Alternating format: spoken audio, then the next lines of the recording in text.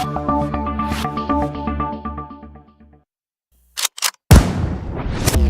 me a god.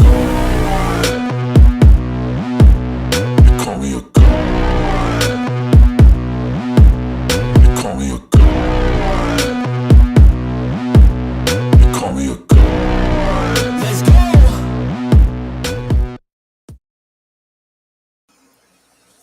go. Hey, what's up, everybody?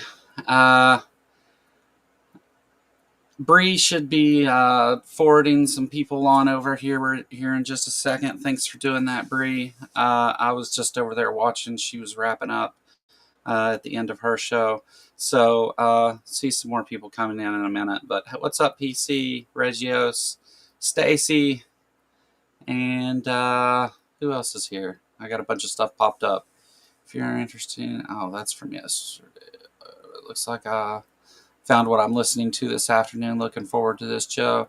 Ambushed Apostate. What's up? There's the raid from Bree's channel. What's up, Ember? Welcome, everybody that's coming in from Hive Science, watching Bree. I was watching the end bit of Bree's thing there about the 100 men versus a gorilla. I too think it's a silly question, and that 100 men would easily take down a gorilla.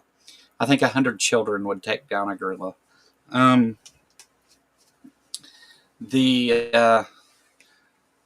We'll kind of get into this here in a minute. If you didn't see yesterday's video, that's okay, but there is a part 1 to this. It's linked down in the description.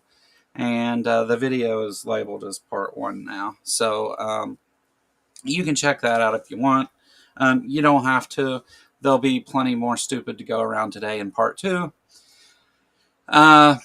If you're new here, maybe like and subscribe while you're here. If you like it. If not, you don't have to. But, be cool. Yeah. Hi, Maya. Hi, Josh. Hey, AR. Welcome everybody from over at Hive Science. We're gonna watch some more of a couple of apologists trying to attack Forrest Griffin, or not Forrest Griffin. Forrest Griffin's a UFC fighter. Forrest Valkai on a speech he gave at a conference about how to teach biology to a creationist, and so far it's been interesting. We made it about 45 minutes into the video yesterday, so that's where we're going to start at today. And welcome everybody coming in. If you're new, it'd be cool if you liked and subscribed. That'd be awesome. If not,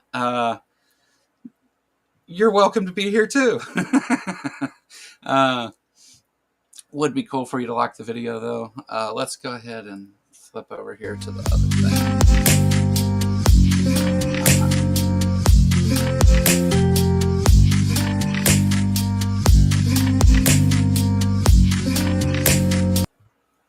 You're stuck with a brute fact. A brute fact, by definition, means no explanation. So you automatically lose. A brute fact means in probability. So why would you take the less probable route? That's a great question. Yeah, Matt Dillahunty didn't like that argument. Well, he didn't let me say it. he saw it coming ahead, and he was like, "Nope." I shouldn't have said Bayes' theorem. I questioned. Just a bit of advice. If you happen to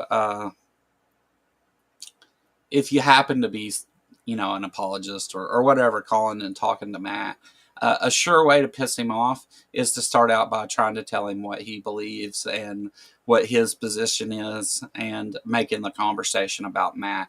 He doesn't care for that, and you immediately came in and started telling him like how he was looking at the problem, and you were wrong about that.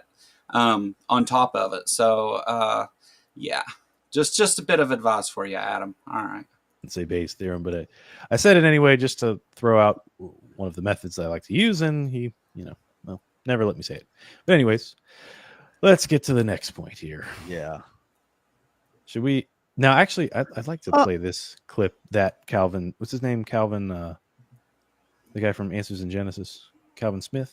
Yes, Calvin Smith. I actually like him, although I think he does mischaracterize theistic evolutionists Bree. and sometimes. Thanks for sending everybody over, Bree. I appreciate it. I was watching the last bit of your show.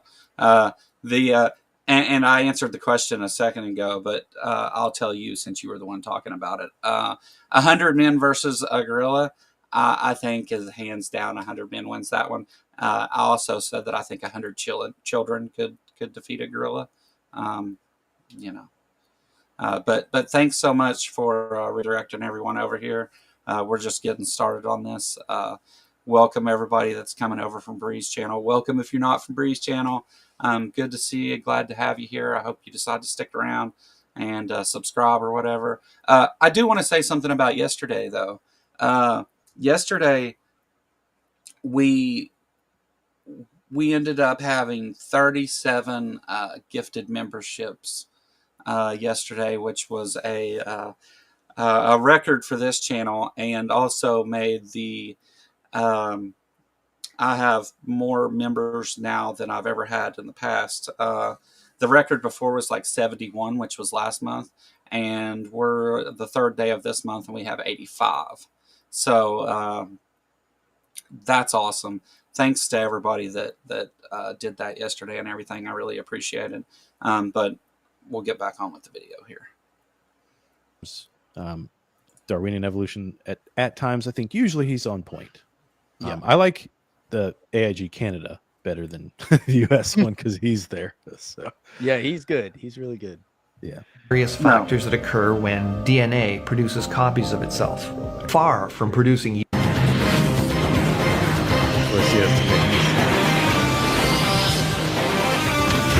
Okay, I put that in there. That was me. I'm sorry. That wasn't actually what they were saying. That was me. This is what they actually said. But in actuality, they are genetic copying mistakes caused by various factors that occur when DNA produces copies of itself, far from producing useful and novel genetic information. Mutations tend to break things. They degrade the existing genetic code already in place. But that's fundamentally untrue. Not only does it assume that DNA was once perfect and is now deviating away from that perfection, which doesn't make any sense in the first place, but it also neglects to think about the fact that there's lots of different kinds of mutations out there. Ooh, goodness. There's lots of different kinds of mutations out there. Here's just a few of them, and that doesn't even cover the different kinds of point mutations out there. And also, not all mutations are bad. Some of them are beneficial, most of them do nothing. And all of this is contextual anyway, because when you gain fitness in one environment, you necessarily lose fitness in another environment.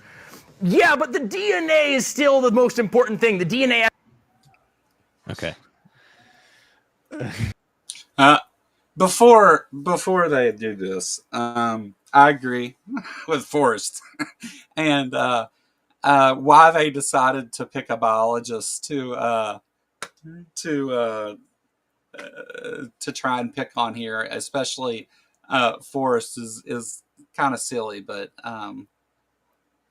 whatever. Here, let's hear what kind of nonsense they have to say about this. Go ahead. Okay, all right. I know you had notes on this. Yeah. So, yeah. Okay. So it is actually true that most mutations are, they at least do nothing, and a lot of them are deleterious, which means they hurt. They can actually hurt the gene code, you know, and that's and evolutionists should be able to see this. Modern synthesis believers should be able to see this, you know, because it's like, well, we're saying that some kind of random change happened in the gene code that's already there. Oh, a random change. Oh, how do we know that that change is going to be something that benefits survival? Well, you don't. You have to wait and see if it lives or dies based on that. So, I mean, a lot of the result of this is that you just have a bunch of animals that die because they just have a mutation that doesn't work. Like, that's very conceivable. That makes sense. Dr. John Sanford, of course, supports that with all of his genetic entropy work, although he's a creationist, so a lot of these people would reject him. Mm-hmm. Yeah, when he just flat out rejects that mutations or that most mutations are hurtful or deleterious, that's against, I would argue that's against data, but he rejects it way too easily. And then he doesn't provide a reason why. If you listen to the rest of it, he doesn't actually substantiate that claim, you know? So I don't know. You're stupid. I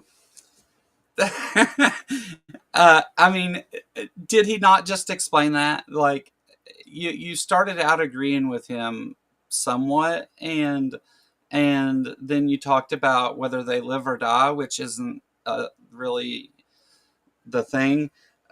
Keep in mind, when we talk about evolution, we're talking about populations, and it doesn't necessarily, let's say that you're not incredibly fit for some aspect of your environment, but you have a really high reproduction rate. Well, the reason that being fit for the environment is important is because it does allow them to live and reproduce more often, I suppose. I don't know, but anyway, back to the back to the thing that talking about the genes, though. Forrest just explained, like, you have lots of mutations that do nothing because there's lots of different ways mutations can happen. It's not just a single thing. So you have the vast majority of mutations that do absolutely nothing. And there are harmful ones, but those harmful ones don't get passed on. So well, not generally. Again, with high reproduction rates, you could see particular harmful genes get passed on, which I think matches what we see in reality. But the beneficial genes that makes a species more fit to its environment, of course, are passed on more often, and just through the working its way through genetics, eventually get carried on and are selected, essentially. So I don't know what the problem is with that, but he insisted on arguing against it. Maybe he'll say something here in a minute that explains his position a little better. He didn't really treat what Calvin said. Right. Yeah. And No. also, one with nothing. He had atheist in the comments who had a question. After we finish going over the points for this clip, I'll answer that question. But so question. What he mentioned about DNA. So I've heard Donnie from Standing for Truth kind of get into this specific topic. And although they're like hard young earth creationists, I know most people would probably just disregard what they had to say. At least evaluate it, lay out your thoughts from there. On a young earth creation model, actually a lot of creation models, not just young earth, the prediction is that Adam and Eve are created with a form of either flawless or less mutated DNA genetics. That's not a prediction, it's an assertion. So if that's the case, then it would make sense, and we would expect to see these levels of genetic mutations. This is something that we would expect based off of a prediction from the creation model. Yeah. So that actually helps. That helps the creationist in that regard. That doesn't. No, it doesn't. It does nothing for your claim. You claiming that it must have came from perfect DNA doesn't match what we see when we look at DNA. It doesn't go from a state of better to worse. That's not what's happening. Evolution isn't a contest where it's like I'm the most evolved or I have the best evolution. That's not a thing. So it doesn't. That doesn't match what we see. And aside from that, it's a wild shot in the dark claim you pulled out of your ass that doesn't mean anything. So saying that the creationists have something there is kind of a silly thing to say, because you just throw wild things out and say they're true doesn't help doesn't help the creationist. And at the beginning of this video, he said he's not a creationist. So I think he is, though. I think he might have been fibbing. But doesn't necessarily help the naturalist. So we're starting from, top down, they're starting bottom up. So yes. While Which is an assumption, mutations though. are the explanation. So Yes. go ahead.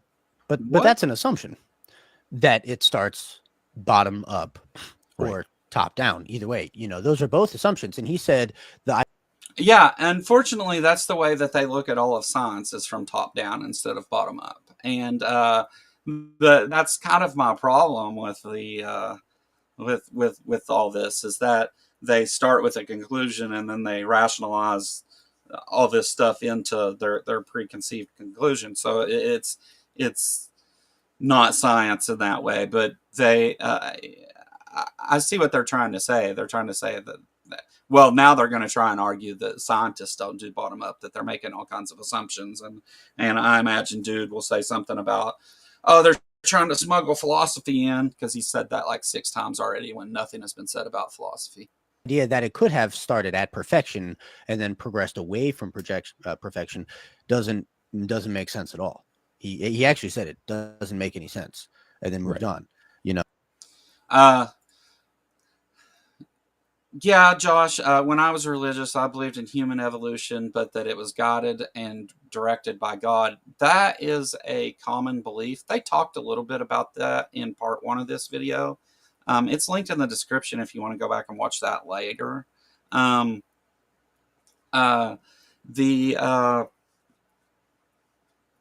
yeah, you have like the God the Tinkerer argument, where it's evolution. We see it, so we accept the science about evolution, but it's actually being directed and driven by God. And I will say this about that. You can insert miracle at any time, divine intervention at any time in any conversation, I guess. But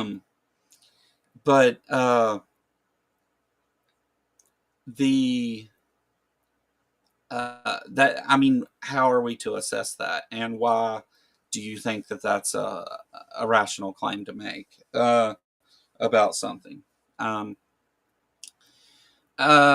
Bree, but no, Josh, a lot of people agree with that idea still. Bree said science is a philosophy. Sure. That's not what he's arguing, though. He's arguing that instead of using science, that the scientists are inserting their philosophical positions into it rather than doing the actual science. But yeah, you could argue you couldn't study anything without philosophy, which you couldn't determine any of it, but it's not completely based on philosophical positions. The evidence isn't philosophical. That's what they're trying to say, is that they're supporting it philosophically when they're not. Reggio's gifted 5 Kentucky Atheist memberships. Looks like we got a new record now. We're up over 90 now. 92. Canary and a coal mine, unapologetically Chrissy, Vincent Button, TM7, and Wayne all got memberships. Welcome to all the new members. Let's keep going. But that's a philosophical statement. That's a purely philosophical, even religious statement. And he has left biology at that point. He couldn't ever biologically say why that makes no sense. Right. Called that. What he could possibly appeal to is say, well, from our observations, genes are just they're getting more mutated. We're observing more mutations every generation in every species, which kind of that kind of supports the idea that it's decaying. Right. Well, it supports the idea that we have more mutations now than we did at each generation prior. So Like, are we going back to a point of less mutations, or are we going back to a point of like to the sense of there was a non-mutation? Less mutations compared to what? That might be an important question. Andrew said, philosophy to me is just a bunch of stoner thoughts. Like, yeah, sounds great, but what is the practical value? Philosophy is a very useful tool in the right setting. And many of the ways that we think about things, or philosophies, a lot of disciplines are rooted in some sort of philosophy, which is fine. Whatever works best, but there's a lot of great parts of philosophy. Apologists who use philosophy on YouTube, not even actually philosophy. It's just cope and post hoc rationalization. That's what it is. Gene code of some sort, or I'm not even sure. I guess you're right. I don't know how they would explain that from like the single cell, the first cell. Like, did that have no genetic mutations? I guess that's what they would say, but that would not be necessarily going bottom up. That'd be going top down also, just from a cell instead of humans. So to answer his question, yes, the first cell would have had genetic mutations because the first cell was not the necessarily the beginning there.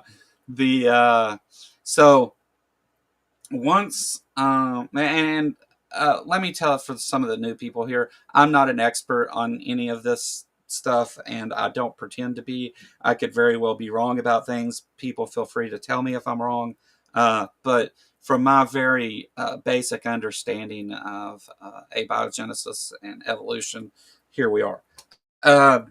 The first, once RNA had been created and was able to reproduce itself, to copy itself, mutations would have started there, I believe, from the beginning. And so, yeah, I think even because when we talk about mutations, we have proteins. I don't remember the proper names of them, but C, A, T, and G. And so I guess at any point that those proteins ordered in a different way would be considered a mutation.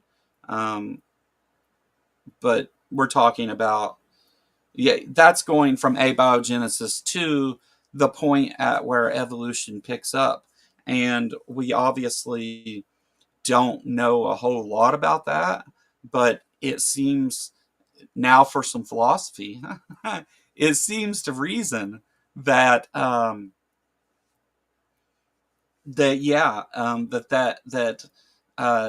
evolution would have picked up from the very beginning. So yeah, the first cells, yeah, you would assume that they had lots of mutations. Other already created animals. I mean, I would think they would say that. Well, yeah, the first cell had to have a lot of mutations. Oh, right. Well, that's how the change is going to happen. But too many of those, it makes it hard to survive, or the wrong ones, and the chance of you getting another cell again is just. So I don't know. What are you talking about? You just said the thing that was important. The too many wrong ones, and it makes it hard to survive for the wrong ones, right? But not for the ones that are more fit to their environment. They are splitting and reproducing at a higher rate, and eventually the bad mutations are discarded, are selected. So you answered your own question, kind of, but it wouldn't necessarily wipe out cells. And again, it's not. I think that they've got this idea that what we know as a cell was the very first life, and I think that I think that they don't realize that there's some steps before sell. Yeah, it just seems that from a predictive, like the predictive power is actually in favor of the creationist. Yeah. Because they would start with animals and then people that have either less or no mutations. Like, because if we take Genesis 1 even slightly literal, Show me anything with no mutations. God, it seems that Adam and Eve were created to not die. They were created to live. Perhaps the tree of life is their source of life, or they were just to eat of that to nourish them, but they were still, living mutation free, for lack of a better term. Do I have to teach apologists what their book says too? Is that what we have to do here?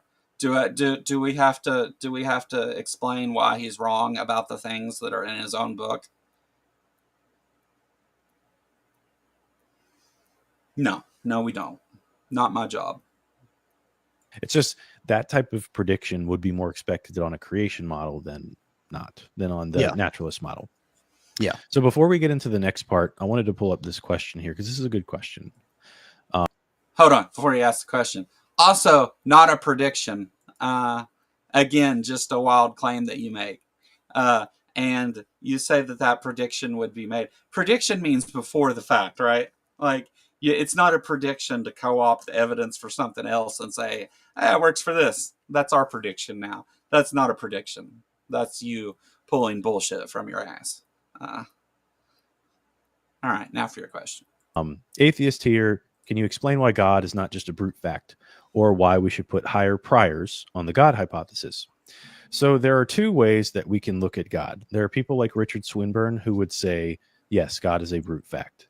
Are there two ways we can look at God? Are you sure? I think he's wrong.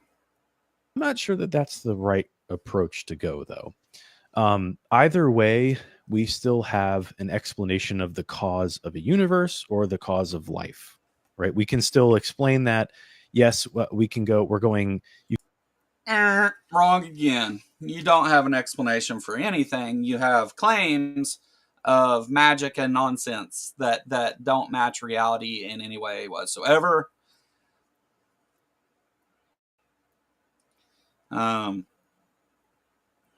That's you don't have that at all. You could say higher priors on the God hypothesis, but ultimately for those questions, like why there would be life on Earth, why there would be life in the universe at all, or why there would be a cause to the universe. God is not a hypothesis either, by the way. That's going to be better explained with theism under Professor Sergeant Hodgson Climbs, math professor here, that knows we owe a debt to philosophy. Yeah, I'm not hating on. I love philosophy. I don't like the apologists calling what they're doing. Well, they're using philosophy, but it's not philosophy as in they're misusing philosophy is what they're doing. I think philosophy is great. I think philosophy that. How would you have any of the disciplines we have without philosophy? I don't think you could.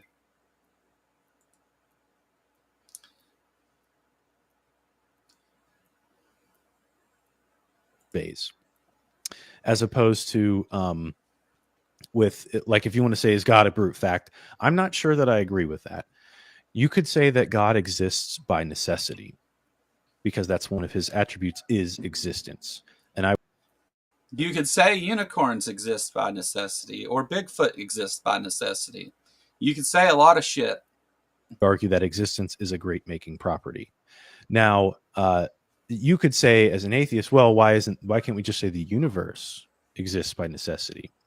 Well, the problem with that, I would say, is going to be a mixture of scientific and philosophical. The universe, as we know it today, cannot be eternal.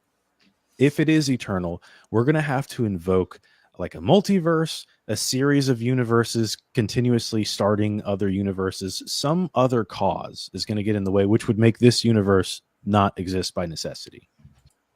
That's completely wrong. And anytime you start necessitating things, I'm skeptical. But that's not true at all.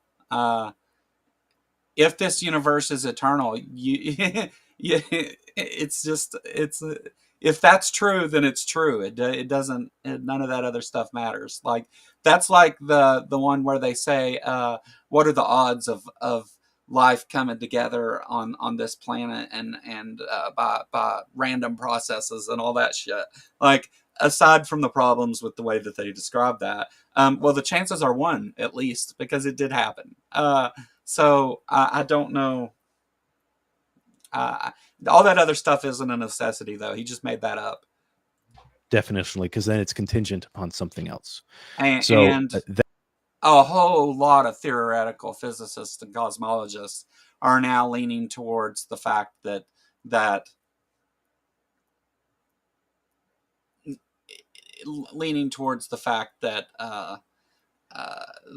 the universe might be eternal, or at least the energy and what is now matter. Needing philosophy is a presupposition, Joe. Yeah, it's a philosophical presupposition.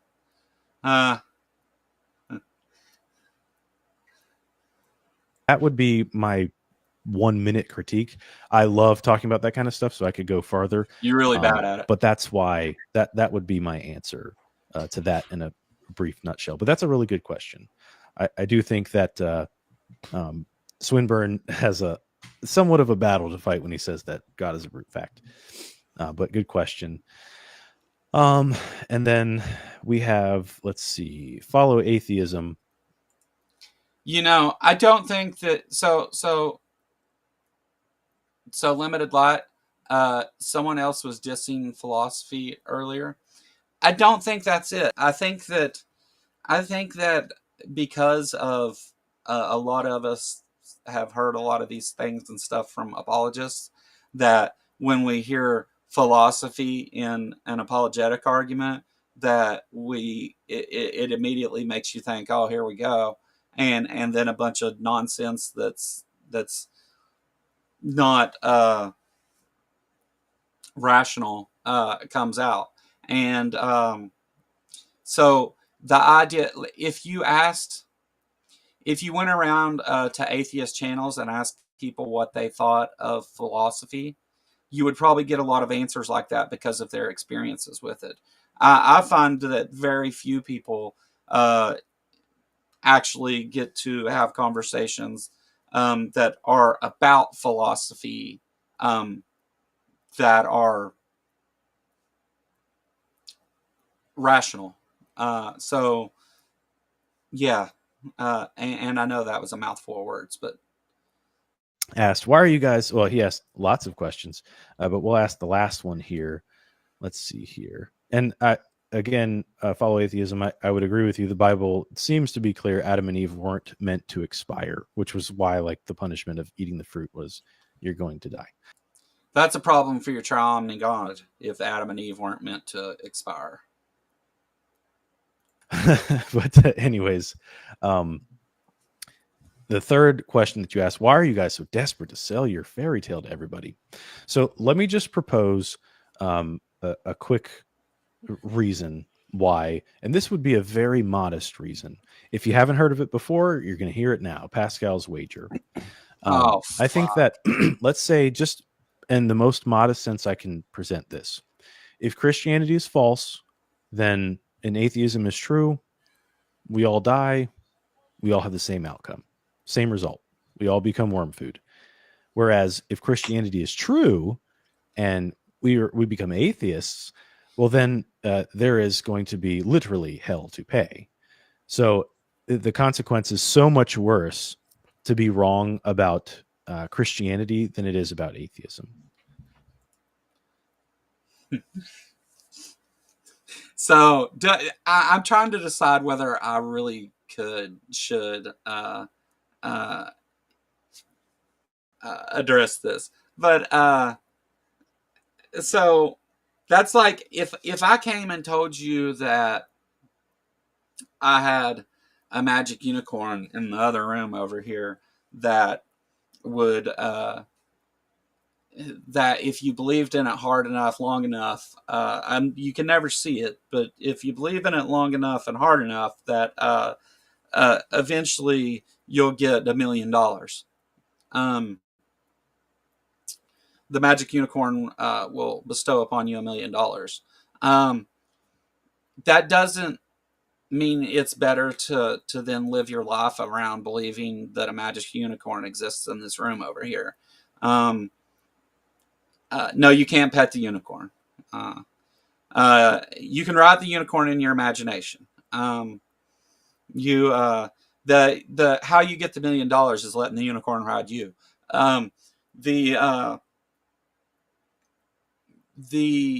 So is it better to live your whole life going around believing that? First of all, it doesn't really matter, and nobody cares. It's probably not the most rational choice, but that's not the problem, is it? Here you are on YouTube telling other people that wrong things about science and all that. So is it better? No, it's not. It's a net harm to humanity. So no, it's not better in whatever you think better means.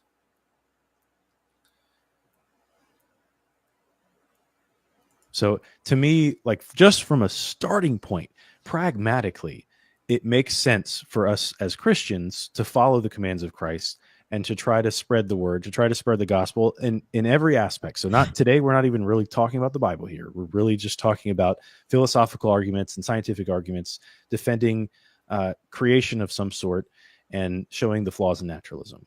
So that would be one big. Is the last half of this all questions? Because if it is, we'll end this. Reason why we do what we do. Yeah, well said. I mean, you could just say it that way. And I mean, we actually believe that this will help people lead to eternal life. That's why we're trying to sell our fairy tale to people. Yeah, that's right. That doesn't make it okay. God. Or true. Yeah. Alrighty. Let's get to the next section here. All that matters is if you're able to reproduce more than other individuals in your population, in time, those heritable characteristics will become more abundant in that population. Amen. So that was the one section that kind of goes off of the prior section 6 that we had mentioned. Like ultimately, this is, you're saying that there's no goal. No, like natural selection has no goal, but it does have a trend, for lack of a better term, and that's what survives, is basically what can breed regardless of the circumstances, right? Mm-hmm, mm-hmm. Yeah. If it's reproducing, then it survived at least long enough to reproduce. Yeah. I don't know. That one was pretty short. Yeah. That was the one section that you had noted here. I wanted to make sure I covered. Yeah, Is there anything else you wanted to cover on that? No. I kind of want to move on to the next one. And he said this is the one section that you had noted here that you wanted to make sure we covered. Is there anything you want to say? No, I want to cover the next one. yeah, I want you to answer what this the guy said in the comments there, but sure. Let's do that after a little bit more of this. Okay. And you're very welcome. One with nothing. Absolutely. Thanks for tuning in and thanks for the question. Mm-hmm. Mm-hmm. And just so you guys know, at the end, if you guys did have questions regarding to the stream or anything in regards to Christianity, theism, happy to answer them. We'll have a little bit of Q&A time after this. Hey, there you go, atheist folks. An apologist channel who wants to answer questions. I wonder how long that lasts. Yeah. Yep. And everyone is welcome in the chat and for questions. This is not just a Delphi meeting where we just talk to other Christians. Correct. Macroevolution is not. That is a huge one. Take a look at this clip again from that same Answers in Genesis video as they make this claim. Evolutionists like to refer to the sort of variation we see among individual kinds of animals as microevolution, implying that this is somehow related to the chance formation of fundamentally new animals by the supposedly existing but never observed process known as macroevolution. However, there is no demonstrable experiment relating so-called microevolution and macroevolution, which makes these terms highly misleading. There is no demonstrable experiment relating that man to his parents. There may be some phenotypic and maybe even genetic similarities, but no one has ever observed his parents having sex and producing him as a child, which means it's completely a matter of faith. Whether you believe that he is actually produced by the person that he calls his mother, or if he emerged from her back with the rest of her brood like the mighty Suriname toad, wiggly and horrifying. Dude, so I don't. I love Forrest. Let me just say, I love Forrest Valkai. He's hilarious. He's crazy. I don't know if he's joking there. Are you serious? If he's joking, all right, haha, because I don't know if you're joking. We can observe though people being made that way. Right. In fact, there's a whole horrid industry online where people. That's the point he's trying to make, you poor fool. That's the point he's trying to make, is we observe evolution happening all over the place. And every time we look, we can observe different parts of evolution. We make all these thousands of novel testable predictions, and they're shown to be true. That's the point that he's making, is that so we accept that we know how people have mothers and are born, and you can observe that, but you don't have to in every situation to understand what's going on.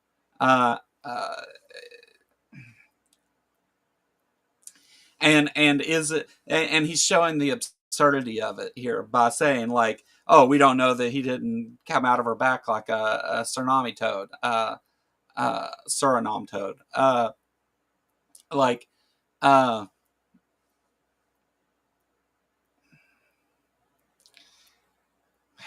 That, so just not very self-aware. People watch others make love, and it's horrible. Yeah. But let me also point out before he goes on, at the beginning in part 1 of this video, they explain why that evolution is all philosophy, because we extrapolate all this stuff and apply it. So the fact of that evolution occurs is separate from the theory of evolution. They have no problem with the fact that evolution occurs. They have a problem with the theory of evolution, which I don't know really makes sense. But we've never seen, we've never seen families of animals become other families of animals. We've just never seen that, Right. He's like comparing apples and orangutans. Good that you haven't seen that. It doesn't violate the theory of evolution then.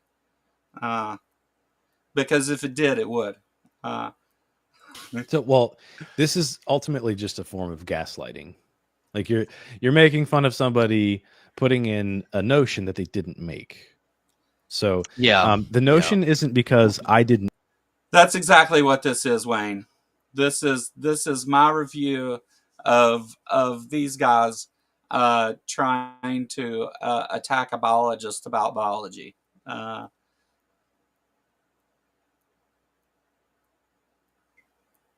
See it, therefore it's not true. It's no one has seen it. It's never been observed. It's never been known to be. Let me explain to you where I feel the value in this is, Wayne, because maybe you misunderstand here. So we know that apologists such as Kent Hovind and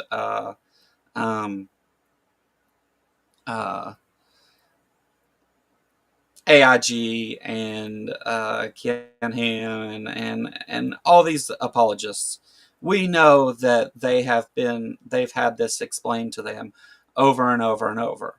And what we're getting here is whenever the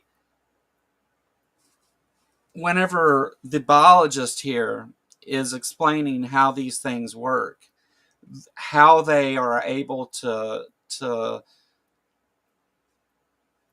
misinterpret, not listen, dishonestly deny. That's kind of the thing that I'm looking at here is why is it that they fail to understand when they have an expert explaining these things? A common fact. So, like, it's not a matter of can we trust our senses here. It's a matter of do we have reason to believe? What's that reason? Certainly not by observation. It's going to be through extrapolation and philosophy. So, anyways, so let me address a couple of these comments here. No. What does he mean it's not based on observation? We just finished talking about genetics, and it I don't know. That this is the same thing that they repeated, the thing that Ken Hovind said is well, if you can't see it happening in over generations, then it's not science. There's ways to observe things other than directly. A direct first person observation isn't the only way to observe things happening. And we'll get back to the video. Okay. For follow atheism, my apologies. I thought that you were talking about Adam and Eve in regards to them dying. So my bad. That's what I thought you had mentioned. I didn't see that other comment that you left. Now for the Batman here, we are not trying to put creationism on the level of science. Creation is ultimately a foundation that is a philosophical view. It's not a scientific view. It's a philosophical view. Just And like we would modern synthesis is. Right. Wrong. It's the same as naturalism, as you're going to have philosophical underpinnings in naturalism like modern synthesis to support the naturalistic view. Modern And so I would never say that philosophy. creationism is a science. Like I said, it's a philosophy. And we would use science in order to make predictions to show that creationism is more likely to be true, that this philosophy is more has more explanatory power than naturalism does. Then why do you have a problem when evolution does that? Yes. That's the point here. Yeah. And then for one with nothing, really quick, Pascal's wager, I understand, is not necessarily convincing to atheists, so to say, but it is a good reason to spread the gospel. So that was, and it's a fast way to explain it too, without just saying because the Bible says so, although that is a good reason. Yeah, I mean, we could have another video on New Testament reliability and whatnot, but Right. I mean, regardless, that is why we're inspired to make videos like this, is because, believe it or not, we're all going to die. Everyone is. So, well, What?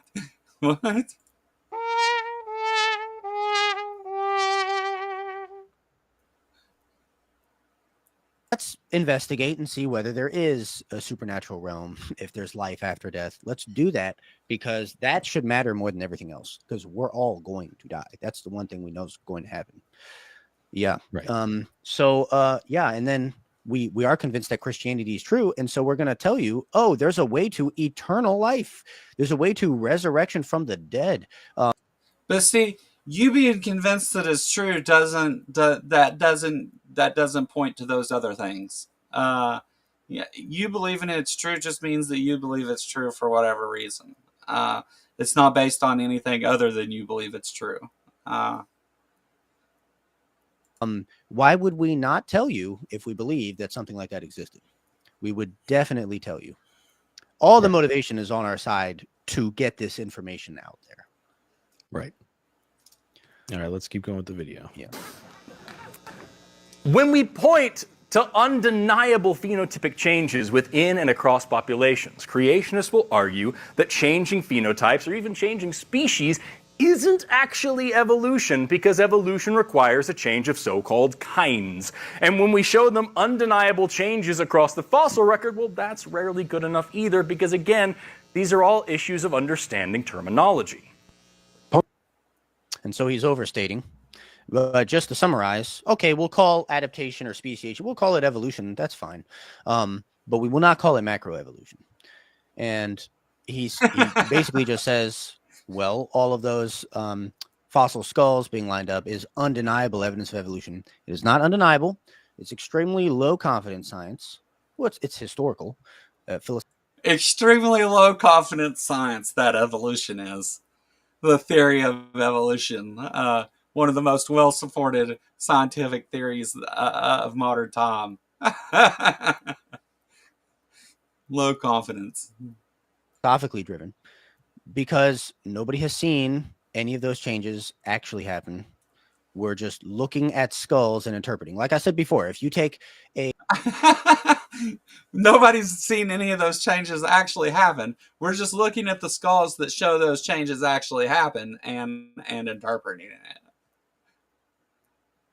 A fossil thylacine skull, which is a marsupial wolf, and you put it up next to a regular wolf, just like you could do with a lot of the marsupial placental comparisons, they're going to look the same. They're going to look incredibly similar. Would evolutionists say that one came from the other, or that one is linked? They have an ancestral connection there. No, but we would say, oh, what do you know? They kind of live in the same environments, and so it seems that it's evolutionarily beneficial for them to evolve these particular features for that environment. Like we've seen the eyeball, we think that the eyeball has evolved in several different ways, more than once. That kind of thing.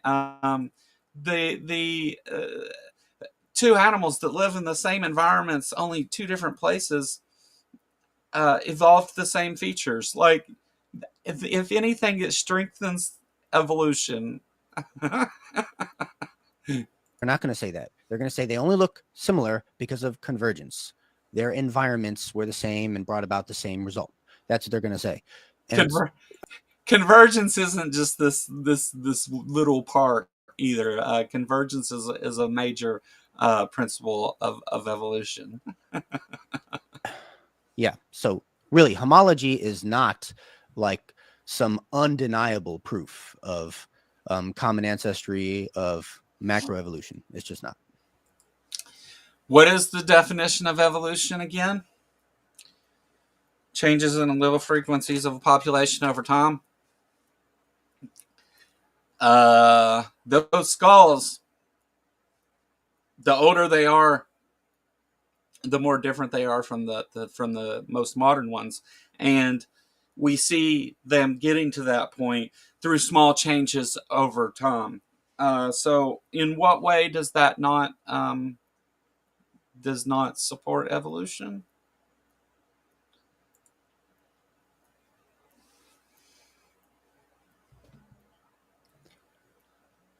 Oh, that's good. I'm on mute. Sorry. I was to say again, this is leading into defending a philosophy more so than like a scientific explanation of some sort. You can say it's a scientific explanation based off of predictions that you think lead into your philosophy. But anyways, and/or worldview. Let us continue. Is that all you wanted to say? Or you have something else? Yeah, no, I'm just looking at some of the comments. We'll save that for later. Yeah. You're going to tell me you don't believe it. Another one that gets thrown at me from time to time, in fact, this one's probably my favorite, comes from the famous biologist Stephen Jay Gould, who says, the fossil record includes no transitional forms. Yikes. That's pretty... Before he says it, I think the fossil record contains only transitional forms. damning. It's so damning, in fact, that we actually have to read the sentence before and after this one. In this case, it comes from a paper that Gould wrote back in 1981, and the whole thing is, it is infuriating to be quoted again and again by creationists, whether by design or stupidity, I don't know, as saying that the fossil record includes no transitional forms. Transitional forms are generally lacking at the species level, but they are abundant between larger groups. You know you got. All right, so we've skipped some sections. I see that in my notes here that I somehow have misplaced where he reviews On the Origin of Species. That would be an interesting one to go through. That's all right. We're already over an hour in. Yeah, so. we are. Yeah. Basically, what he's doing in this whole section here is he's saying, well, creationists will quote evolutionists and then try to say, and I'm just, using the shortcut term evolution here. They'll quote them and they'll take this quote out of context and then they'll say, oh, see, even they didn't believe. See? And you shouldn't either, right? And he says creationists do this in some unjust way. And here's an example. Although this one is a very bad example.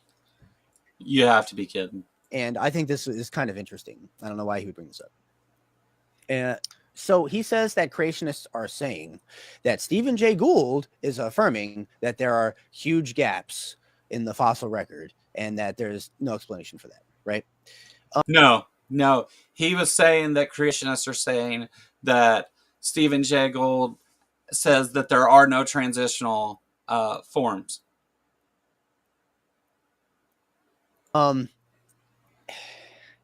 Yeah. Now, Stephen Jay Gould did say that. Okay. But those creationists are definitely not referencing this quote, because what he says earlier is, in order to answer those creationists when they say things like that, just read the quote, like the sentence beforehand and the sentence after. Once you get the context, you'll know how to disprove them. Those creationists are definitely not quoting this one. You know how we know that? Because he says it is infuriating to be quoted again and again by creationists. So we know the quoting actually happened before this. You dumb motherfucker. Are you serious right now? He said the quote that they were quoting during the time that he was speaking. This is a quote from Stephen Jay Gould about them doing it. It's not this quote, you stupid idiot. God. I don't know why Forrest used this one. I don't know. I don't know that maybe he didn't read that part. Well, I'm thinking probably Stephen Jay Gould wasn't thinking about the consequences of somebody of his stature saying something like that. And so then he now... No, it's not that. He didn't say that. He explained it. He explained that there are transitional fossils. It was taken out of context is the problem. Regrets saying that, but and you can say whether design or stupidity. Why did you say that? Yeah. Why that's the thing. But then why did you only read part of it? We'll continue with his quote here. He just reaffirms it again. Transitional forms are generally lacking at the species level, but they're abundant between larger groups. Well, hold up. That's the whole problem that the creationists see. No. They're lacking at the species level. They're lacking at the level that is the short enough time interval that we could see it happen. They're lacking. I think that they've lost the plot. I don't think that they even know what they're talking about anymore, because they just spent the whole video arguing that they have no problems with microevolution and even speciation on a small scale. It's the larger ones. And Stephen Jay Gould is saying that we have transitional fossils abundant for the larger groups, but we don't have them for the species level groups, which you already accept. So lacking at that level. Man, if we just had some real finely fine granularity between a T-Rex and a chicken, maybe we would believe that T-Rexes evolved into chickens, right? And I'll use that example because that's what Jack Horner would say. PhD Jack Horner, right? Wrote a book on it. Man, if only we had the species examples, maybe we'd believe it, right? Oh, they're not there, but there is fossil connection between the larger groups. Well, that's what we're saying. What we're saying is there's these big gaps, and that's evidence that T-Rexes didn't actually become chickens. That's not actually what you've been saying this whole video. It's what you're saying now. You said exactly the opposite the rest of the video. Right. And there might be some similarities, but the designer just worked in similar structures into different animals. Like when you compare the arm bones, the humerus, and with the in the wrist and whatnot between whales and humans and apes, and oh yeah, there might be some similar structures, but again, with the whole philosophy thing, I mean, you have to interpret that with a philosophy to arrive at modern synthesis, Darwinian evolution. You have to do that. The evidence is not giving you an undeniable conclusion that modern synthesis is true. When you Evolution science doesn't state absolutes. That it's not. It's just what is supported and what's not. To say it's undeniable, that's one of the things, is that for your hypothesis to have legs, so to speak, is it has to be falsifiable in some way, so that there can be an outcome that falsifies the position that you have. If it was undeniable, then like I don't know, God is unfalsifiable. Like, so there's no real way to look at that. There's no way to falsify your claim, but it's not supported is the problem. That's why science and faith are opposites in that way. It's a completely opposite way of looking at it. you see that, Right. Well, so first thing, like, you just to tag on what you said, that is the most important aspect of transitional forms. You're the one saying it doesn't happen crazy. It doesn't happen from cat to dog, even though that's not the order, right? We're seeing the changes happening gradually, yet also punctuated equilibrium. But anyways, so missing at word salad species level is problematic. That's problematic. So, and to quote what you had here, for the actual quote that creationists are probably using, the extreme rarity of transitional forms in the fossil record persists as the trade secret of paleontology. The evolutionary trees that adorn our textbooks have data only at the tips and nodes of their branches. The rest is inference, however reasonable, not the evidence of fossils. Yet Darwin was so wedded to gradualism that he wagered his entire theory on a denial of this literal record. That's the direct quote of him. So what? I'm sorry. What? How much of the fossil record do you think Darwin had access to? You can get mad all you want, man, but perhaps you should retract what you said rather than get mad at creationists for, like, you're supposed to be this source, this authority on this topic. So you're being used as an authority. What's the problem? That's what you said. I don't. It's called quote mining. That's the problem, you dumbass.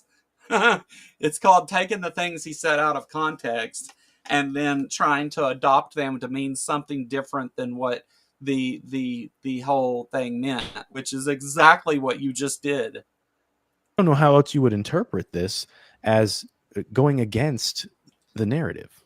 Sorry. Yeah. That's what it literally says. I see why creationists use that quote. It does literally say that, but it also explains before and after that of why he's pointing that out, and you're quote mining. So that's crazy. I don't. Now I would have to see maybe if he wrote this in an article or if he said this in person. You know what this reminds me of? This reminds me of Mary Schweitzer. A lot of creationists go around trying to use Mary Schweitzer's work as support for creationism, and in order to say that, well, they use Mary Schweitzer's work. Mary Schweitzer comes out and says, that's not, you're making bad conclusions. I don't agree with that. My work doesn't show that. You're misrepresenting me. You don't get to then turn around and say, well, Mary Schweitzer's my source for these things, whenever she's explaining to you the ways in which you are wrong and that her work doesn't show that. But why are you trying to use sources that are telling you that you're being dishonest and using them as a source for that? Why would you want to even have that be a question of the integrity of the argument you're making? Person, I tried to find this quote from him, but perhaps I just didn't spend enough time researching it. Perhaps he's like saying this in a joking manner or something like that. He's not that serious, and he could be talking to a creationist for all we know when he's saying this. We don't know, but that it doesn't change the fact of what was said. So it's not like what now. This is what a lot of these Darwinists are. This is the kind of tactic that they use, this rhetorical tactic that all of the Steve Myers and all the different people for the different creationist networks are all like these in this conspiracy to destroy science and bring a theocracy. Like this is the crap that they push. If you watch the video that Forrest Valkai does specifically on Steve Meyer, like before Stephen Meyer, there are Christians that do that. Are you saying there aren't? Are you saying there aren't people of your tribe that want to bring forward a theocracy and they want all these crazy things to happen because it means that their Jesus is coming back? Are you saying that's not a thing? All right. Before we get into the Stephen Meyer, because this will be bad. He completely draws out this conspiracy theory that creationists are trying to destroy science. No. Yeah. When in fact, like for example, the Discovery Institute, no, they're not concerned with the science, so to say. They're concerned with philosophy. Really? Are you aware of the Discovery Institute? Because that's precisely what the Discovery Institute tries to do. They try to have scientists come and use their authority many times to speak outside of their expertise, but sometimes within, and to try and deny well-known facts. That's exactly what the Discovery Institute gets involved with. That's what they're concerned with. We're pushing naturalism in school. We're pushing postmodernism in school, things like that. These are philosophies that are being pushed in public education. That's where their problem lies. And you just happen to be a naturalist and a postmodernist, so you don't care. Right. You're happy about that. Right. So that's what it boils down to. But that's what stupidest thing you've said so far.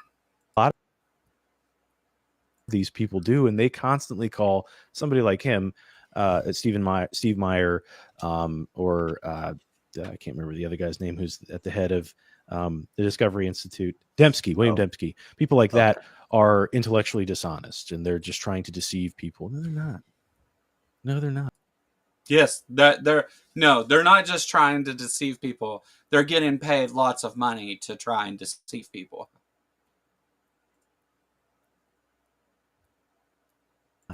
They disagree with naturalism. And so because of that, they have a different view on origins and on other aspects of philosophy and the philosophy of science. But that doesn't mean that they disagree with data and experiments that have been done. Steve Meyer. They do. They do often. James Tour does constantly. Stephen Meyer does constantly. They all do. Michael Behe. Affirms an old Earth. He affirms forms of evolution, but they have to do their thing. So. No, they have to overstate out the wazoo and say that they're against all science. No, that's not it. So this is something that I bring up often, it's not that they're against all science. It's that they're against particular parts of science only because it contradicts some claim that they want to believe about their religion or their God. And the problem is that you can't just reach into science and grab evolution out of there and say this is bullshit and throw it on the ground and then expect everything else to be fine. It doesn't. There's whole disciplines of science that are built on the fact and the theory of evolution. So and those things can be falsified. It's not that they can't. It's that you picking one little thing here and saying, well, see that they said this and that means it's true. That's a stupid thing to do, first of all. But if we're going to, you would think anyway, if evolution is false, then there's another explanation for what we see in genetics, what we see in biology, what we see in anatomy, what we see in antibiotics. Like there would be there has to be an explanation other than that. And the thing is, though, is that one little problem you have with evolution doesn't falsify it. But are we going to throw out all of evolution when we don't have any sort of way of explaining these other things? Not that you have to have an explanation to falsify something. You don't. But with all these different things, it builds a model, a cohesive model that works together to explain the world around us. So once you rip evolution out of that, you've got a whole bunch of parts of that model that are explaining the world around us perfectly, but somehow the foundation of them was nonsense. Evolution, even if falsified, there would still be like parts of it that are still absolutely true. We observe those things demonstrably. So, oh yeah.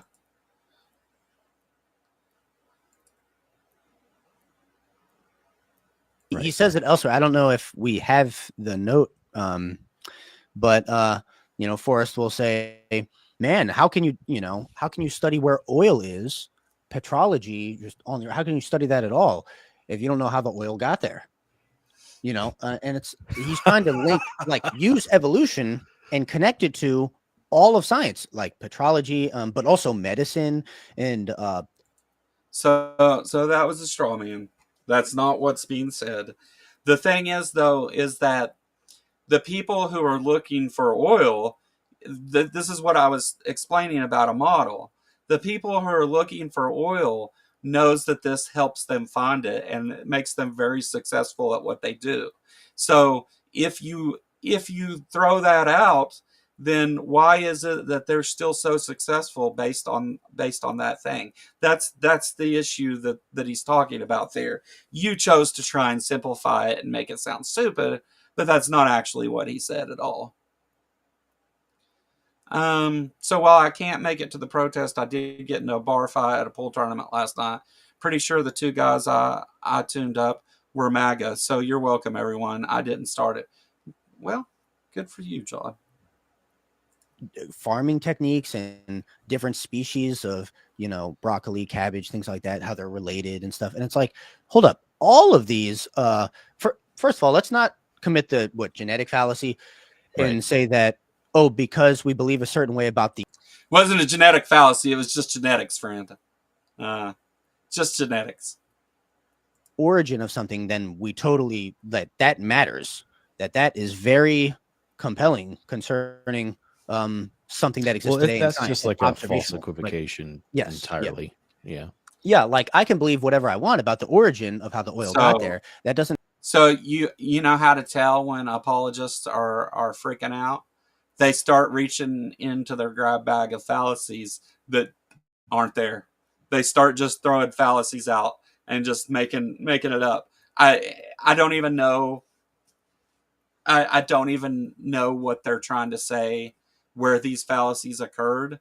They're just saying words at this point. Have any bearing on where to find the oil. And I looked this up. I mean, there's equipment for sending essentially radar waves, things like that. I'm not an expert, but into the ground to try to measure the consistency of the material under the Earth's surface and how deep it is. And what part of that has anything to do with believing in Darwinian evolution? I just Ground penetrating radar is not the only way that they do it, though. You're misrepresenting what it is that they're doing, and you're picking one thing and saying, well, that ground penetrating radar doesn't lead you to conclude evolution. Must be bullshit then. Like, what? You're not serious. none of it does. It doesn't. No. You know, and Can we just stop to, making this a bigger thing than it actually is. yeah. Well, and just to before we get to the next section to address, Why don't we stop making it a smaller thing than it actually is too? That's also not good. and there's multiple other quotes that we could bring out that show how conventional scientists completely on board with neo-Darwinian evolution they find the fossil record problematic 100% and the geological record entirely problematic. For those Batman in the comments saying Darwinist LOL, the reason I'm saying Darwinist as opposed to atheist, there are atheists who reject Darwinian evolution. There are atheists who also reject naturalism. So I think that's kind of weird, but they can do that. It's not weird because atheist just means you're not convinced that God exists. What does that have to do with those other things? So I'm specifically saying Darwinist because I want to point out people in this category with Forrest, like Gutsit Gibbon, Creation Myths, Forrest Valkai, even Planet Peterson, a guy we've debated before. He tends to follow along these similar types of lines. Folks that specifically are in this creation evolution battle. Not Okay, so Darwinists, they are not. Modern evolution, our view of the theory of evolution today is quite a bit different than Darwin's, and there's some things that had to be refined and specifically Darwin made a lot of predictions and laid out natural selection and all that, but genetics is a huge part of it now. Genetics tells us a whole lot about where we came from and genes that are hereditary and those that aren't, and mutations. Genetics tells us most of what we know about that today. But the thing is that Darwin's predictions, Darwin made some predictions that if this is true, you should see this, and if it's false, you should see this or not see this or what have you. But and those were found to be true and supported, and Darwin's credited being the father of evolution and all this stuff. But much more of evolutionary biology today comes from other sources. Darwin was just the most famous first one. There were actually other people at the time proposing natural selection, adaptation through natural selection. They like to say Darwinists. Let's see if they attack Darwin personally. people that are like philosophers in that regard. They don't get into this stuff. They're into other discussions. That's why I say that. And so this is just to point out these are the types of philosophers aren't spending all their time talking about Darwin's theory of evolution. Is that what you're saying? Content creators were contending with. Yeah. Mm-hmm. Mm-hmm. Okay. So let's keep playing the next part. Gotta be desperate. When you hear someone say, I'm so sick of people saying I said something stupid, and you say, he literally just said the word something stupid, you guys. But just correcting quotes isn't enough. Remember, we're deviating. And this is the intellectual dishonesty pouring out right now. That he's doing right now. Yes. Yes. That's not what's happening here. That's in no way, shape, or form equivalent to what we just talked about. Yeah. What? The quote I just read was very specific, and there are more. It's very specific at the point that Gould or whomever, in some cases Darwin, whoever other paleontologists, Jack Horner, are trying to make. And so, Yeah. No, see, here's the problem. You did quote him word for word. You left the context out on purpose. That's the problem. How else can we take them if we can't take them at their word? Are we supposed to understand some cryptic meaning behind what they're saying? Yeah. No, you're supposed to read the couple sentences before and after so that you get the context of what they're saying, and you don't take, like a couple words of it and try to say that that's the claim that he was making. The false part isn't the words you used. The false part is the claim that you're saying he was making. He used those words, but the claim was different. Yeah, he's just gonna, and this is gonna be attributing motives to creationists, and this is why it starts to really become, well, you know what? I actually don't want to say that. He's going kind of far with the motives. Yeah, we're not in biology anymore. We're even kind of leaving a philosophy, and when you attribute motives. Well, also, according to them, we've been in philosophy the whole time. So, also though, what are you talking about? Like, in fact, it's like a common joke among atheists who talk to apologists and stuff, and who watch it even, that any time that a creationist gives you a source, go check it, because from my experience and many others too, 100% of the time they're lying about either what it says, or they're quote mining, or it doesn't exist at all. That person didn't even say that. It's never the way that they present it. It's always misrepresented anytime that they give a source. From my experience. Now, whenever it comes to things that support their claim. Yeah. He's one of the guys that expects to turn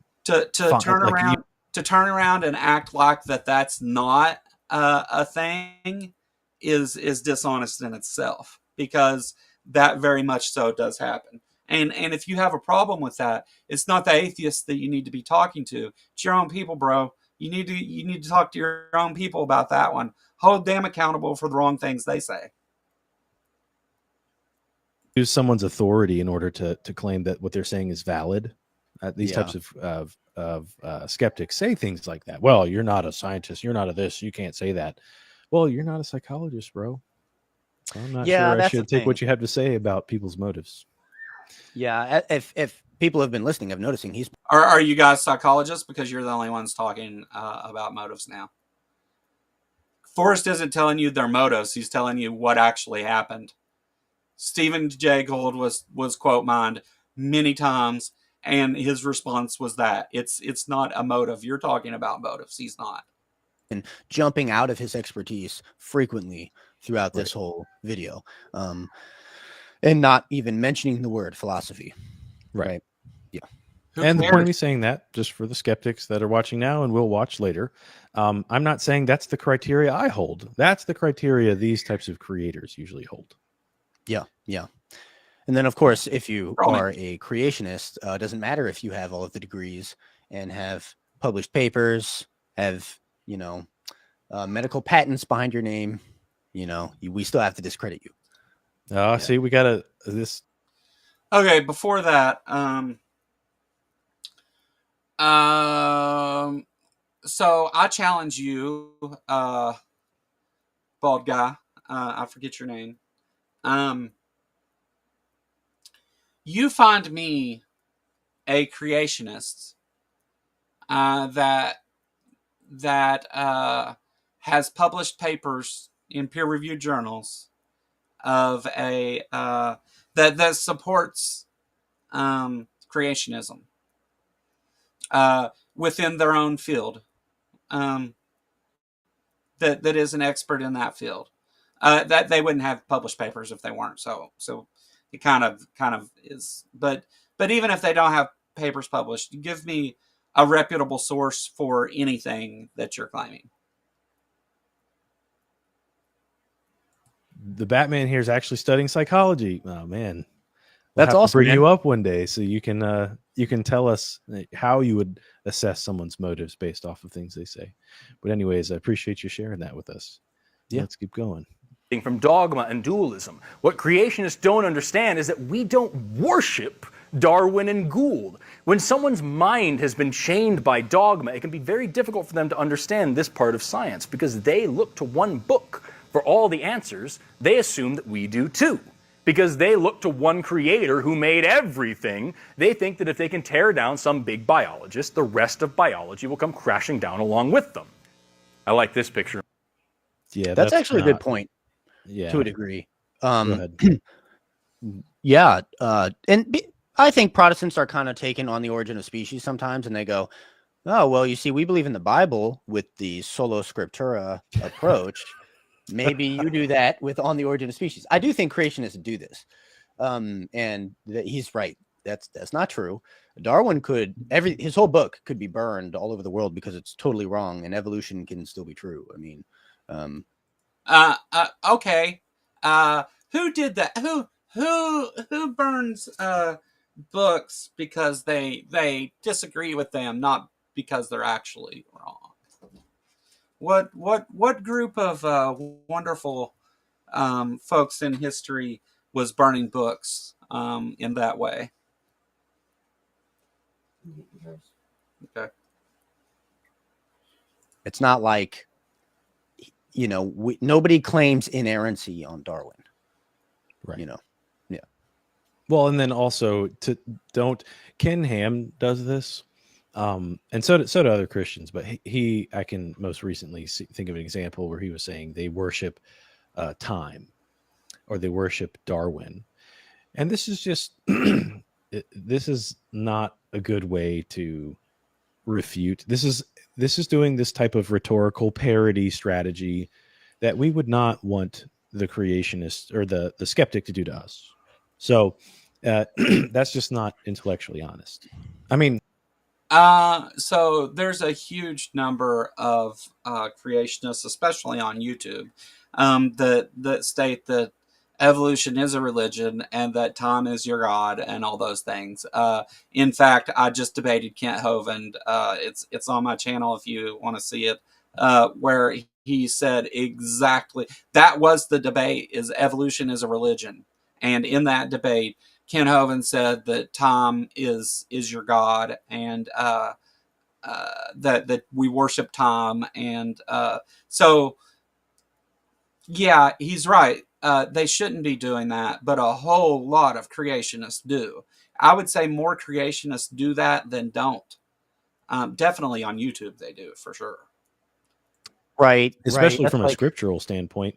Yeah. Yes, they do have idols, but a lot of times, from a scriptural standpoint, the problem with not all skeptics, but with some skepticism, is the worship of themselves. So, Yeah. I don't like when Ken Ham does that. Again, assigning motives to people. So he changes it to the problem with skeptics is they worship themselves. How does being skeptical about your claim equate to that? How do you come to that conclusion?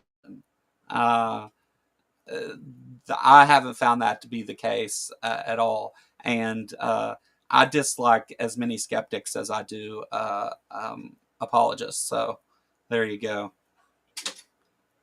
People, you don't know the reasoning. If somebody looks at somebody as an authority because they think their information is reliable, it's possible that their information is reliable, and it's up to us to be intellectually honest about that. So I do, but that's the thing. I don't think that creationists are trying to take down biology. No. That's crazy. No, this is back to what you said earlier. If Darwinian evolution is false, that does not change biology. Yeah. The biology is a science. You have to be fucking kidding me, right? You have to be joking that you can accept all of biology and not evolution.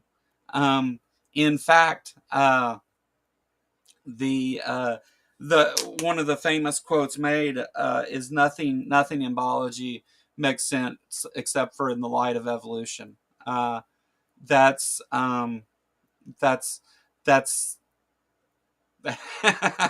I don't know how you claim that because, and absolutely, creation apologetics on YouTube especially, but in other places as well, is solely focused on disproving evolution and biology. They are stuck on disproving geology, evolution, paleontology, biology. That they very much are anti-science, or at least that's the picture that draws, and why we say it. Darwinism is a philosophy. It's not the same thing. Anyways. Yes. No. Thank you. Yes. It's not the same thing. You're right, but a huge part of biology is contained within evolution and explained through evolution. Thank you, One with Nothing. Appreciate that. Yes, we do not try to assume other people's motives. You will not find truth assuming people's motives, unless you have a very, very, very good reason to assume their motives. I mean, sometimes it is very clear, but what we will do is point out when other people are doing it, and then we'll show that that's not on a good search for truth. You know, right? Yeah. And this is the last section here, last quote before we. So, assuming someone's motives means that the skepticism that you practice towards their claims, that you're not looking for truth. I mean, sometimes people assume motives. I don't think that it means that they're not looking for truth. Assuming anything would probably not be best, but it's funny that you say that, because assuming people's motives means they're not looking for truth. You assume their motives in that very sentence, contradicting yourself actually. So that's quite entertaining. In particular, because I could have just said they worship a bearded white guy. They think we do as well, you know. So, why is it always a white guy, you know? That's another talk for another time. If you want to teach evolution to a creationist, it's crucial that you help them understand that even if Darwin renounced the religion of evolutionism on his deathbed, which is some crap that I hear from time to time too, that wouldn't change anything, because we don't believe evolution because of our faith in Darwin. And that brings us to the second part here about dualism. X equals 0 is not the same thing as Y equals 1. Creationists assume that if they can debunk some small part of evolution, then the rest of the theory will fall apart and there will only be creationism left as the only logical alternative. Before they answer, I go on about this all the time. This is a big thing that I bring up, is that whenever we engage with these conversations with creationists, their audience is given this this idea that if somehow they poke holes in evolution, that the default position is then creationism and the Christian God, and that's not true. The attack on science is not only unfounded, but it's unnecessary, because you don't need to disprove evolution in order to prove that your God is true, or that the Christian God is real, or that the Bible is true. You don't need to disprove evolution in order to do that. You just need to support your claim. And if your claim is more supported than other claims, then it should be taken at least seriously. But you don't have that. You have none of that. So instead, you try to attack science and put it on the same level as your religion and say that it has none of that either, which is why they want to call evolution a religion. because they know their religion is based on faith and not supported. They try to drag science down to that same level so that they have something to argue about, when really they don't even have an argument.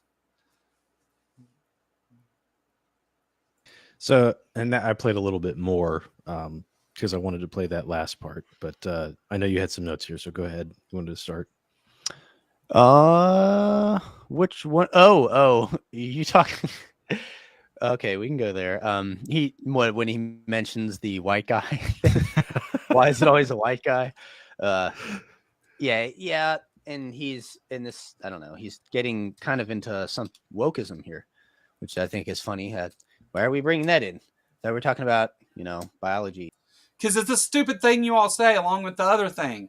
It's not about being woke. It's stupid. It's stupid for you to sit and say that this Middle Eastern man was a white guy with a white beard. Like it's not. And he even said that's another conversation for another time. He didn't even go into that. Is that seriously, out of all the shit he just said, that's seriously the part that you're focused on here? Wokeism? What the actual fuck, guys? Come on. Evolution. Well, and it's funny because Darwinism is the foundation for untold levels of racism in the modern age, because it yielded to the belief that darker skinned people are closer to Australopiths than white people are, meaning they are less evolved and inferior. Right. And it's from the Christian worldview that you get the idea of the equality of man coming out of us being made in the image of God, Genesis 1 and Genesis 9. The Imago Dei. That's where we get the abolition efforts of the 19th century, Okay, so let me explain something.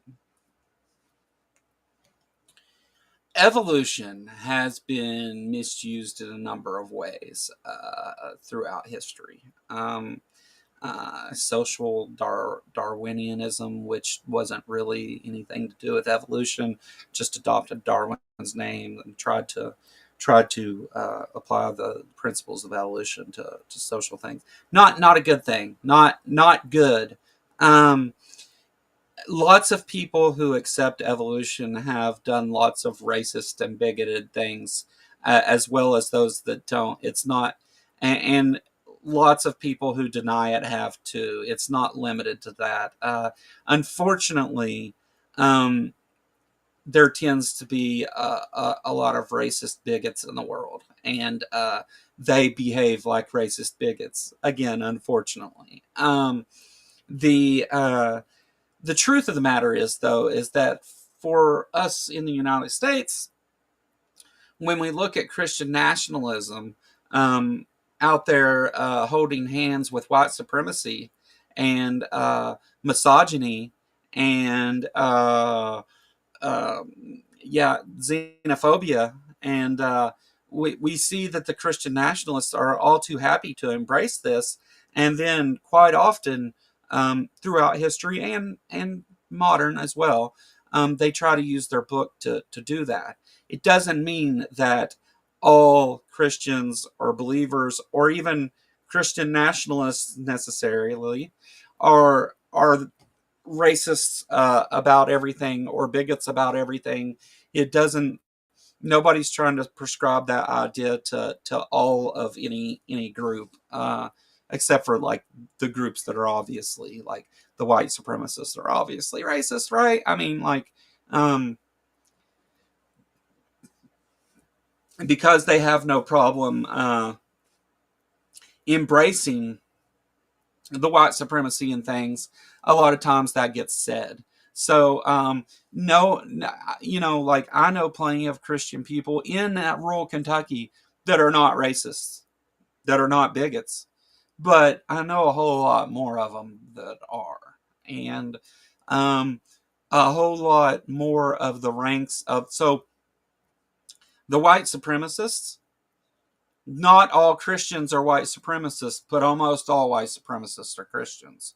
And it's the thing that people want to throw up there is to say that, well, what is it about Christianity that makes these white supremacists comfortable being white supremacists there.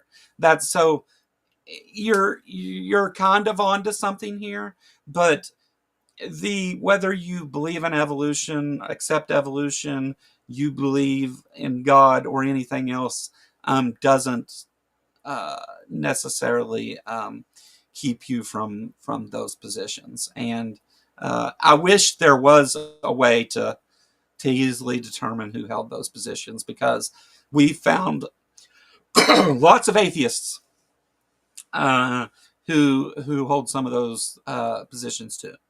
And that's why in Christian countries this has happened. Now, we're not going to provide a whole video about how Christians ended slavery, but they did.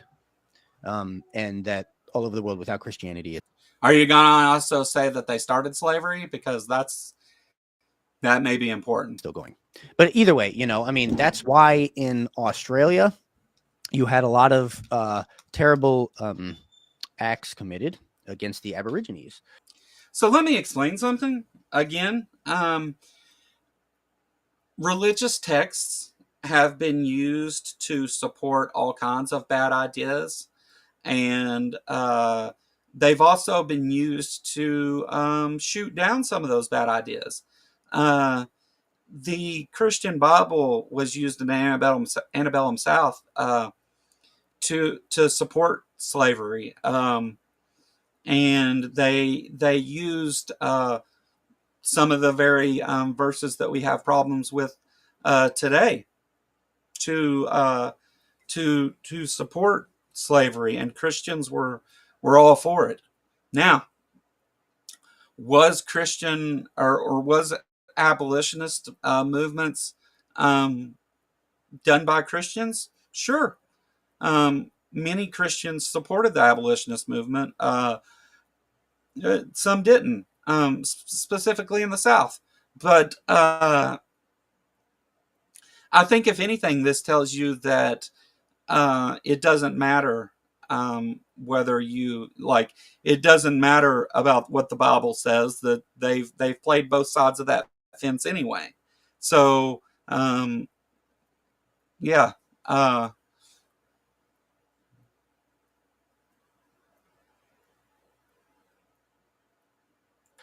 Because it was justified through Darwinism. Yeah. Well, they're not as evolved as us English descent. That isn't how it was justified at all. There were things said later on where, and also, what are you talking about? Slavery in the United States predates Darwin. What are you talking about? White people are. Look how dark they are. They look a lot more like apes. So it's a dangerous ideology. And then he puts the race thing on the Christians. Okay. Yeah. Well, No, he didn't. He did not put it on the Christians. He said, do you also think that Jesus is a white man? That's a conversation for another time. He didn't put anything on the Christians. We'll say that doesn't necessarily have anything to do with the truth of Darwinian evolution, but it does have an impact on society. So, and that's. You want to talk about impacts on society? Should we talk about who's impacting society? Is that what we should talk about? The Christian nationalists got their way. The white Christian nationalists got their way. I'll word it that way. And now everything's falling apart. In the past, the Crusades, probably not good for society. The Christians going around conquering everybody in the Middle East, and then the Muslims doing it, and back and forth killing each other for thousands of years. Not really good for society. More people have been killed in the name of God than all of the wars combined. So who has a negative impact on society here? Evolution, which doesn't say those things that bigoted people took and used to their advantage. Evolution doesn't say that. The Christians, though, they did it without evolution, apparently. Oh, wait. Christians almost unanimously accepted evolution up until recently. Interesting. Like a whole other topic of discussion we can get into in another video. But at the really just that last part that he had mentioned, and he also, by the way, we're not going to go through this. He does this whole spiel at the end, which I'll just critique a little bit, which is essentially, well, actually, this is more important. So he concludes the video by saying that be careful when you're teaching evolution to a creationist, because these people find their value in the existence of God, and that they're special and they're chosen by their creator. They're created by this God who loves them. Whereas under naturalism, you're just a happenstance. Just because this form of matter collided with this matter, so on and so forth, now you're here. There's nothing special about you. You just exist because. So now, apart from just like the pragmatic aspect of what is this guy's problem? What is it that, like, he started that? Listen, let me repeat what he just said. Be careful whenever you're trying to explain evolution to a creationist, because they believe that their God gives them value and stuff, and whereas the naturalist believes that, random chance, all that nonsense that he was trying to say. What does that have to do with being careful talking to creationists about evolution? Because, like, what he said, because, but then didn't give a because. So what?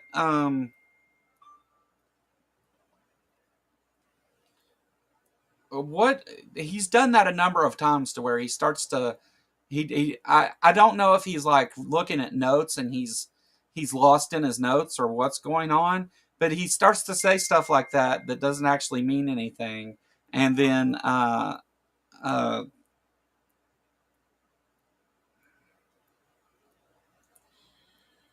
on, sorry.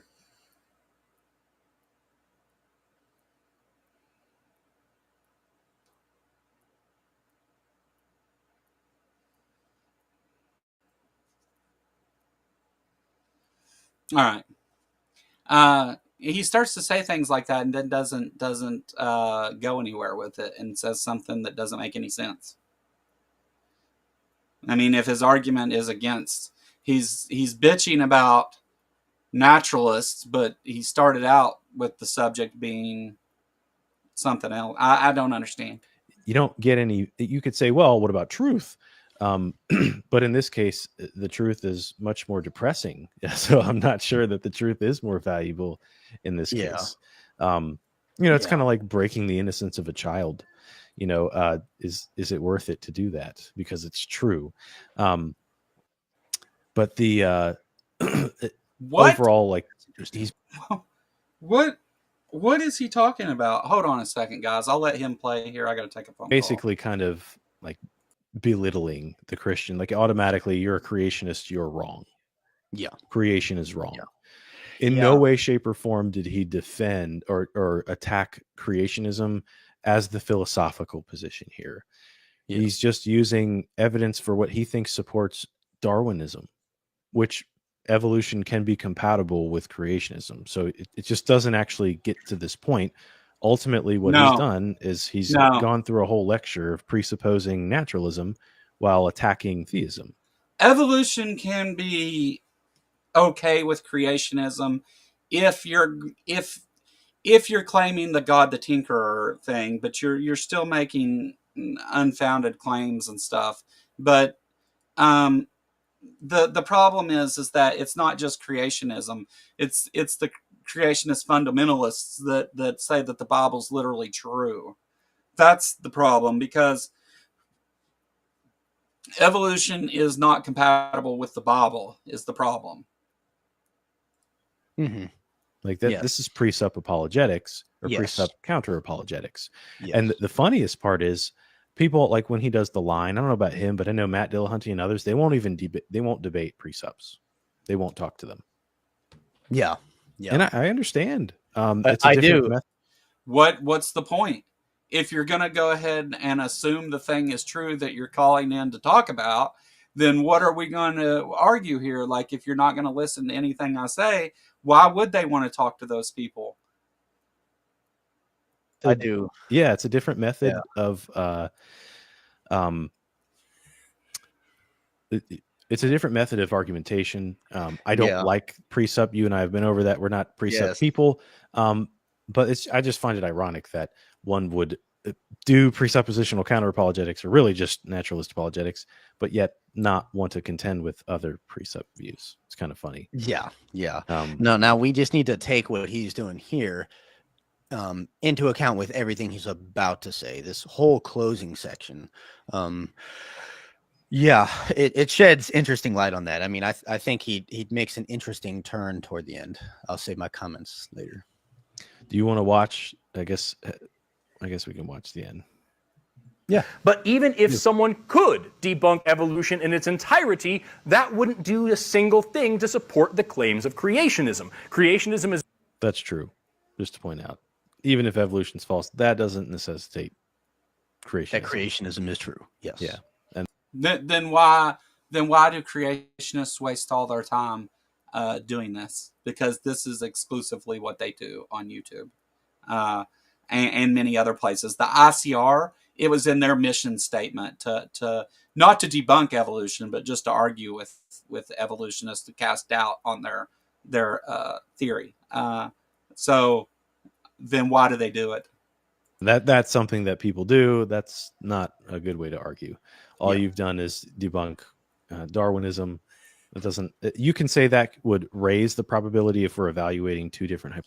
You have sat here this whole video and attempted to debunk the claims of evolution and stuff in order to promote Christianity, without actually supporting Christianity with anything whatsoever. Hypotheses, but unless you're doing that specific type of argumentation, that doesn't actually help creationism. Yeah, creationists can be bad philosophers too. Yeah. Is its own idea that needs its own claims backed up by its own evidence, and that is something that no creationist has ever provided, could ever provide, or will ever provide. Whatever you do, do not let them trap you into a strict dichotomy that either evolution or creation is completely and wholly true, because it's never just creation. It is their specific creation myth featuring their specific creator from their specific interpretation of their specific translation of their specific version of their specific holy book. None of which comes with any evidence of its own. It is always an anti-logic trap. Amen. That's that's so much to cover right there. You know, I mean, okay. We're just going to be dishonest now, are we? He's number one, not a historian. Yet he's jumping into historicity of the Bible and translations, you know. So anyway, we don't really have time to go deeply into all of those things at once, but now he's just rapid firing all these problems with Christianity in general. No, he wasn't. He was giving you the problems with creationists. And since you don't have time for it, I don't either.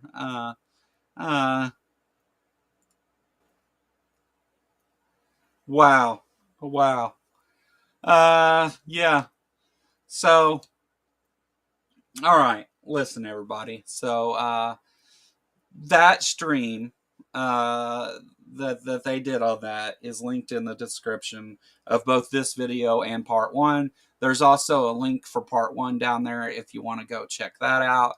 I will look at some more stuff by this channel in the future. I hope you enjoyed it.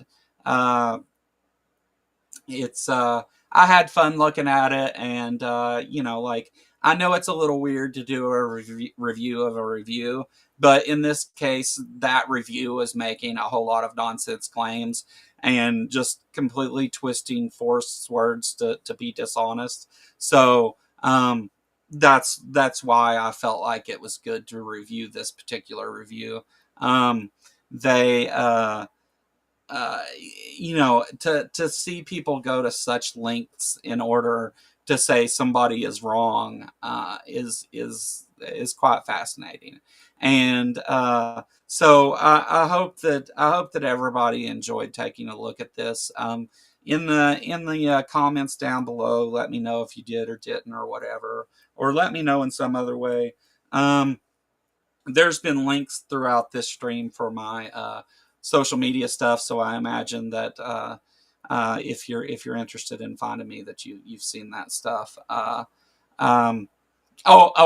They may make a review of this video, Joshua.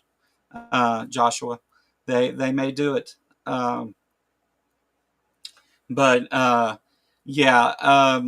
It's funny to watch apologists. Okay, so for example, had this been them reviewing me or some other random atheist or whatever, then it may not be that great. But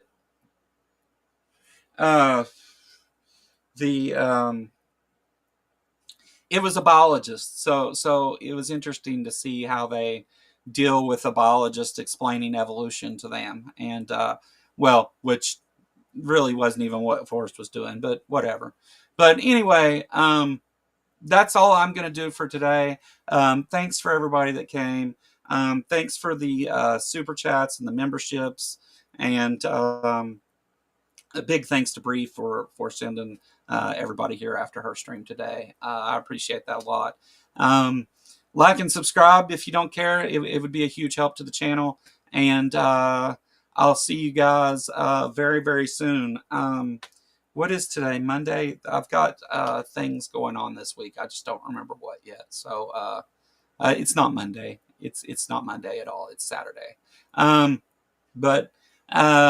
Probably see you guys tomorrow too. We'll probably do an extra member stream this week to celebrate breaking multiple records of membership numbers. So I'll do a member stream maybe tomorrow. Maybe I don't know.